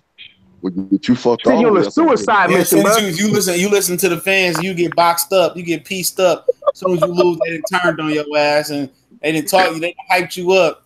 You didn't get pieced up, and your whole fan base gone in the day. Hey man, I keep trying to tell these dudes that back and look, man. I'm a Mikey Garcia fan. You guys know this. And I'm trying to tell these other dudes, like, dude, look, you're a Mikey Garcia hater. No, I'm far from it. Everybody know where I stand with Mikey Garcia. I'm a realist here. There was weight classes for a reason. After Earl dog walk in, people go like, man, Earl, weight booty, look here, bitch. And they're gonna get mad at Earl, not at watch. I'm telling you, same dudes who over there saying that Mikey gonna walk through Earl, gonna turn on Earl and talking about Earl, you a bitch, man. Why did you could have fought Shawn Porter, Danny Garcia, Keith Thurman. You know they gonna do this, bro. Terrence Crawford, how can you fight on you got in your division? We know how this gonna turn out. Forget the whole process. This nigga was calling Earl name out for all year. He was calling Earl. Make sure I hit that like button too. You ain't subscribed, go ahead and subscribe. He was calling Earl name all year, man. Now, if Earl didn't fight him, Earl ducking. You know what I'm saying? No, he got to take this Robitussin, man. He got to take that great Robitussin, the worst type of Robitussin. You know what I'm saying? He got to take this ass whooping, dog. And I'm going to sit there and enjoy that. I'm going to pay for that ass whooping. I'm going to pay it for they got 4K. I'm going to pay HD 1080. I'm paying for that ass whooping. Nah, man, we got to keep it real because I have to keep reminding people. Because I have some of my subs, you know, they're cool. And they're like, oh, man, why Earl trying to fight Mikey? I said, Earl was really trying to ignore Mikey. Earl tried to ignore Mikey. Remember the first time he just brushed it like, man, I ain't thinking about this dude, man. You know what I'm saying? Yep. But then he just kept calling him out. Earl said, okay, fine, fuck it. You going to keep calling me out? Let's do it. You know what I'm saying? That's what it came down to. I'm like, Earl, hell, I can't get none of these other dudes to fight me. So I'm going to fight you. And I'm going to beat the hell out of you. And then after that, all these people, I'll tell you, they're going to get mad at Earl. But, man, fuck Earl, man. They're always doing that to the black fighter. Now, if he didn't fight him, he ducking him. He a bitch. It's just the nature of the beast, man. It's just the nature of the beast. You can't do shit. You can't do shit, man. You can't please these boxing fans, man. But like I said, man, I can get whooped. I will be paying to see that. Nah, man, I'm going to try to... Like I said, man, I said, I'm definitely gonna see that one, man. I think that's probably gonna be in Texas. They were saying, right? Yep. If it's in Texas, I'm talking about I'm down here in Texas. Oh, I'm going to see that. I think they said it's gonna be in Dallas. I think there was something about it's gonna be in Dallas. Dallas cheap to go to too, man. Yeah. I ain't trying to go to San Antonio. What they got over there, man? The Riverwalk. But that's it. It's in Dallas or San Antonio, and it'll probably like it's probably San Antonio, man, but. You know what I mean? It don't matter, man. I mean, people with the scoring in San Antonio suspect, you don't have to worry about it because it ain't going to the scorecards. Yeah, no, that fight not going 5 rounds. Yeah, oh yeah, man. Potato salad, that nigga about to get put on chill, man. You gonna have some nice cold potato salad at the end of the fight, at the press conference. I'm going to see that ass open. So you know what I'm saying? I don't care if it's San Antonio. It's going to be hot and humid as shit. I used to live in San Antonio. God damn, it's so fucking hot down there. What they got to do in San Antonio before I get off this horn, man? Shit, I ain't lived there since 2011. So, I mean, they didn't add a lot more stuff now. I don't know. But back then, the only thing it was to do, you know what I'm saying, was, you know, bang chicks, you know what I'm saying, black chicks, Mexican chicks, you know what I'm saying, stuff like that, you know? Hey, you guys see I changed my pick on the Shawn Porter, Danny Garcia. I picked a draw. I picked it to be a draw, man. I just see that fact. I think that fight could be a draw. Callie, that's a real possibility. They might mess around and do that, just honestly speaking. You go pay all that money on the flow ticket, flow seat, Kenny, and you get a draw. You gonna want to give me an interview, Kenny. You gonna be walking back to the locker room. This is a travesty. You know, Booster wasn't this, man. Booster wasn't it. I want y'all to call him Booster now. Well, I get off here, man. Booster, I'm gonna tell y'all this, man. Y'all, a lot of people don't know who Booster is. Go back and watch the old, like 96's Jingles All the Way with Sinbad and Arnold Schwarzenegger, man. And then I'm gonna just give you a premise on this video, man. Go to Terrium or wherever you watch your Cody, whatever you watch your movies on. You can go probably buy this movie for about $2. And what happened is Arnold Schwarzenegger forgot to get his kid this Turbo Man dial, all right? It was the hottest dial out. So the night that his wife reminded him the night before Christmas Eve that you get the Turbo Man dial, he said he lied and said he got it. So he tried to go down the next day on Christmas Eve and try to get this Turbo Man dial. It's 1,000 niggas outside. Sinbad, he a mailman trying to get his son the Turbo Man. They didn't get the Turbo Man, so they go around to the Mall of America and to like several different stores looking for Turbo Man.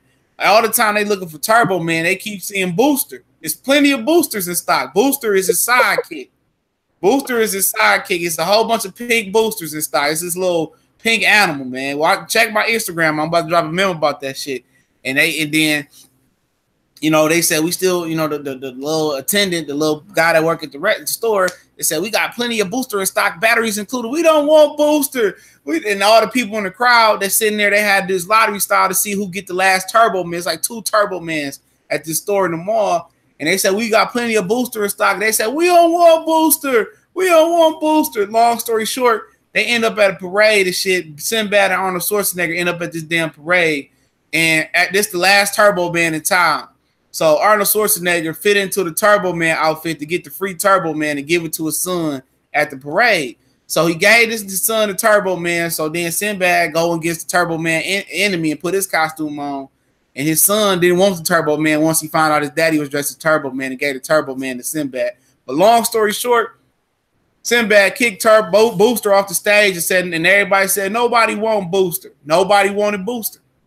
Nobody wanted Booster. So that's what we call Shawn Porter. We don't want to see Booster fight, and we don't want to see Daddy fight. We don't want to see that. All right, we don't want to see a fullback leading with the crown of his helmet through the hole. That's illegal now. You can't lead with your head no more, Shawn. You can't lead with your head, man. You got to keep it perfect form tackle. 10-34, 10-34, son. Personal foul. Targeting with the helmet, he's ejected. Shawn, man. If you went to the NFL, he can't play in the next game. Hey, targeting rule, man. Shawn, if you played the NFL, bro, you probably would have had to come back to boxing, bro. They would have banned you from the league. You would have got so many helmet to helmet calls, man. Oh yeah. Hey, you know what Shawn Porter remind me of? Hey, remember that when little kid that you said little kid, you getting on your nerves, you sitting down. You know, you're the adult, you got like a niece and nephew or like a little cousin or something like that. They keep coming at you with their head first, keep running to you, pushing them like, sit your ass down. And then they still keep coming back when you got to fucking flick them in the head or something like that. Trying to like flick them or something like that in the ear for them to leave you alone. And then they finally like, oh, like, yeah, go sit your ass down. That's what Shawn Porter remind me of, bro. You know, the kid that keep coming at you with the forehead first. On the time you keep backing them up, then you put your hand on their forehead and their feet just be moving because they still trying to bulldoze you and try to come at you like a bull, man, like a bull in the china shop or something like that, man. No matter what, it's like, man, go sit down. Like Shawn Porter's that dude, man. He was that kid. Shawn Porter definitely was that kid, man. He just kept coming with his head on a regular basis. I swear that's that dude, bro. That he is the same kid, man. Shawn Porter every time got to leave with his head. He said, "Look, man, the head is part of the fight. I mean, if you can't take it, man, don't get upset. You know what I'm saying? Hey, man, I know I done busted your mouth with this with my head, but you know what I'm saying? Understand, this is the fight. This is the hurt business, man. Yeah, my forearm, I know that hurt." And they be lying about that shit. To my old Shawn don't leave with his head. Like, man, you better change them K Diddy glasses and Kango hat. Take that shit off. Forehead blast, elbow shot, forearm to the face. 33. Man, Earl gonna beat that motherfucker so motherfucking bad. He gonna leave his motherfucking head in that fight. He gonna try. He might land a few headbutts though, man. Don't be surprised if Earl ain't bleeding just a little bit though. He may bust Earl a little bit with a couple of them headbutts. At least bust his chin or something. I can definitely see that. Really catch the ass whooping. Worse than what he was gonna get. Enjoy this headbutt, bro. The forearm to the face. But shit, that's what Kell Brook was smart. Kell Brook just tied his ass up. As soon as he start that shit, Kell Brook like, nah, nigga, no, we about to go stop this now. And you can find it like Kell Brook had like that old man strength. You know what it said? We just had stopped him in his place. He was stopping Shawn his tracks with a 1-2. That nigga was jumping off his feet from that 1-2. My daddy talking about he the best trainer in the game. He couldn't get his son to get past the 1-2. Man. Then Kell Brook would tie him up and hug him like that grown man hug. Like, little nigga, I kill you. Nigga, like that Ben Range Jody hug. Nigga, I kill you. Oh, hey, like when Nolan Ryan did to Robin, Was it Robin Ventura? Robin Ventura got hit with the ball, and then he charged the mound. And fucking, I know you remember that car, bro. Yeah. And he ran and charged the mound. He got it there, putting the head like Nolan Ryan. Nolan Ryan, like 40,000 years old, like 49 years old at the time, bro. Sat there and put Robin Ventura like 25. He got put in the head like by that old man. I'm telling you, Nolan Ryan had that old man strength right there in the head like he did nothing. That fool ran out to the mound and got his ass whooped. How you gonna charge the mound and lose? What was bad about it was Nolan Ryan punched him on the top of the head. He did punch him in the top of his head. He did punch him in the head. You right, bro. Yeah, Charlie put him in the head like was busting his head, bro. You can probably find that on YouTube. If you all haven't seen that, look it up. Robin Ventura, Robin Ventura, ROBINVENTURA.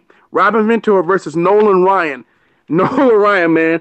Just look that up. It should be on there. You should be able to find it, man. When he charged him out and paid for it, got his ass waxed. Man, Nolan Ryan charged him out, get your ass whooped. I don't know, man. Shout out to Gregory Watt. I see you. Sonny's Boxing Talk. I see you too, family. Hey, I guess Robin Ventura didn't know that Nolan Ryan was an old school gangster. He showed him like young buck, you know what I'm saying, whooped his ass. I don't know, old military niggas walking around. These young niggas think shit speak. One of them fucking hoes you never heard of before. Whole body. You see the Arab dude wrestling the black dude in the liquor store, and the old black dude put the Arab nigga in the chokehold. No, I didn't see that. No. Oh, that shit was funny as hell. Old ass military black nigga. Arab went to go run right behind that counter too. These young niggas think they think fighting was invented in this generation or something. Well, they can't fight. I saw the funniest shit. My wife tagged me in this. I don't know if you probably saw it. It was on Facebook. These two boys was fighting. One light skin, one dark skin. Light skin dude had two prosthetic legs. Why the fuck you take these motherfuckers off us on the motherfucking ground? It's about tackled the boy on the ground and beat the brakes. I said, hold on, you got your ass whooped. Yeah, I posted that, bro. I posted it. I posted that video, bro. And I tagged you and CJ in it. I said, dog, like if I was that boy, I would never show my face in life, man, again.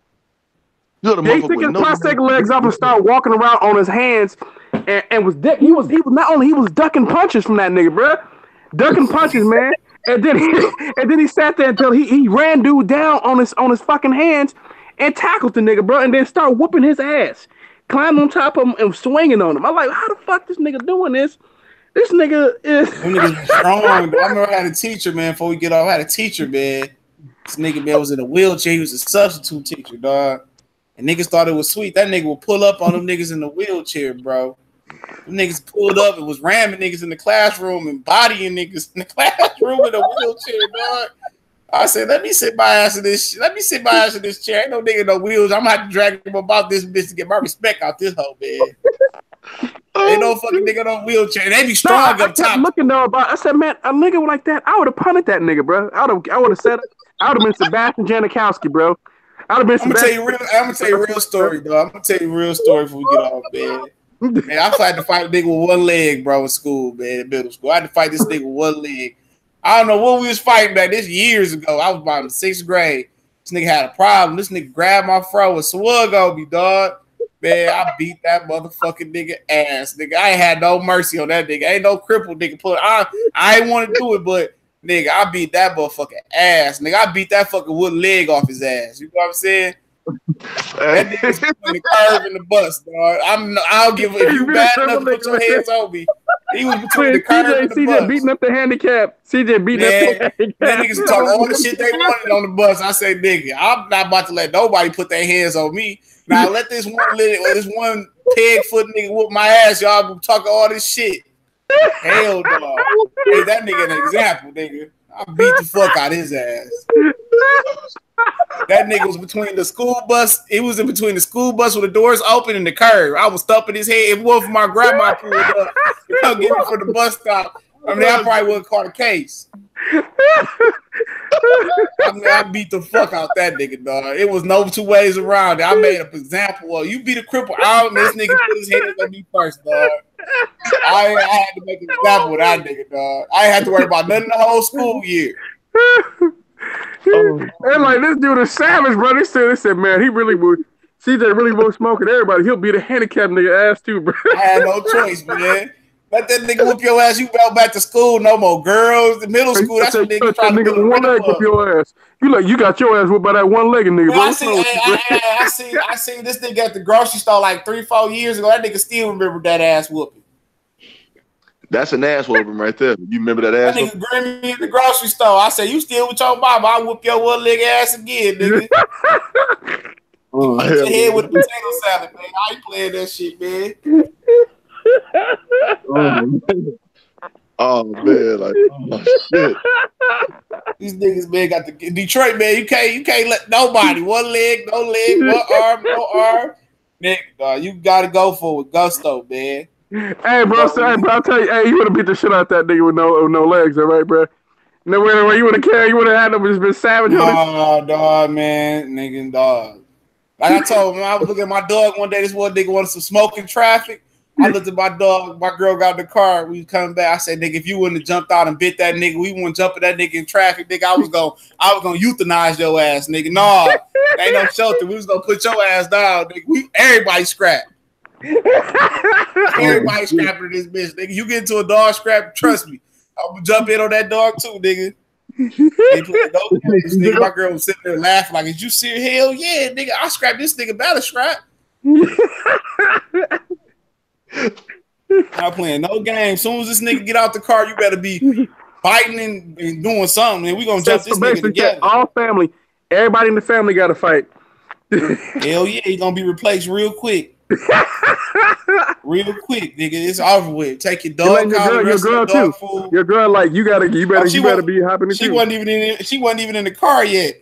We was going to get her. I said, I looked at that nigga. I said, man, you better have jumped out and bit the fuck out that nigga. You ain't did shit else I told you in life, nigga. This is your time to shine. You could be a legend forever. You could be a legend forever.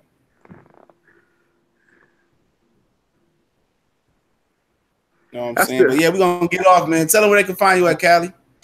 You can find me at the Cali Enigma Boxing and Sports Network, the Cali Enigma on Instagram and Twitter. You know what I'm saying, man? And, you know, basically that's it. You know what I'm saying? Me and CJ, since football getting ready to get started, I believe it's next week. Yeah, man, we about to kick it into gear, man. It's about that time. So we about to kick it into gear. We're gonna start with some high school coverage, y'all. I'm pretty sure you guys be excited about that. We'll be talking about prospects because when we got to talk about high school because these kids are gonna end up in college. So it's important for us to cover the top prospects around the country, and that's what we're gonna do. Yep, CB, tell them they can find you at. Find me right here on YouTube, CB Sports TV, on Instagram _Gladiator81, Facebook Carl Burrell, and Twitter CB Sports TV. Show y'all something, man. He ain't gonna have no more nights like this. Nights like this, raindrops won't fall. This nigga sitting here asleep. Say what's up, nigga. Say what's up. I don't know why I went back to that thing. My bad. Hold on before we get off. So we about to interview. We got our first interview. All right, come here, sir. Come here. Come on, get up. Now tell them if we get to scrapping, if I get to scrap, we all scrapping. He'll tell them. So we all scrapping, dog. This nigga sit here chilling like shit ain't real around here, man. This nigga lay it down like shit ain't real around here, nigga. This it's square business, man. Ain't it right, man? It's square business. You got your own spot. You know what I'm saying? Come here. Tell these niggas, man, one scrap, we all scrap in the house, Miles. See? Appreciate y'all for falling through, man. Appreciate it, man. We definitely gonna do more and big, better things, man, coming up. CJ, the handicap killer. Hey, nigga say any hey, look, Kenny, we want all the smoke. Ain't that right? Tell Kenny we want all the smoke. Tell Kenny you want all the smoke. He said, fuck yeah, he's scrapping Kenny right now. Show him the pause, nigga. Tell Kenny he want all the smoke, Kenny. We want all the smoke, Kenny Porter.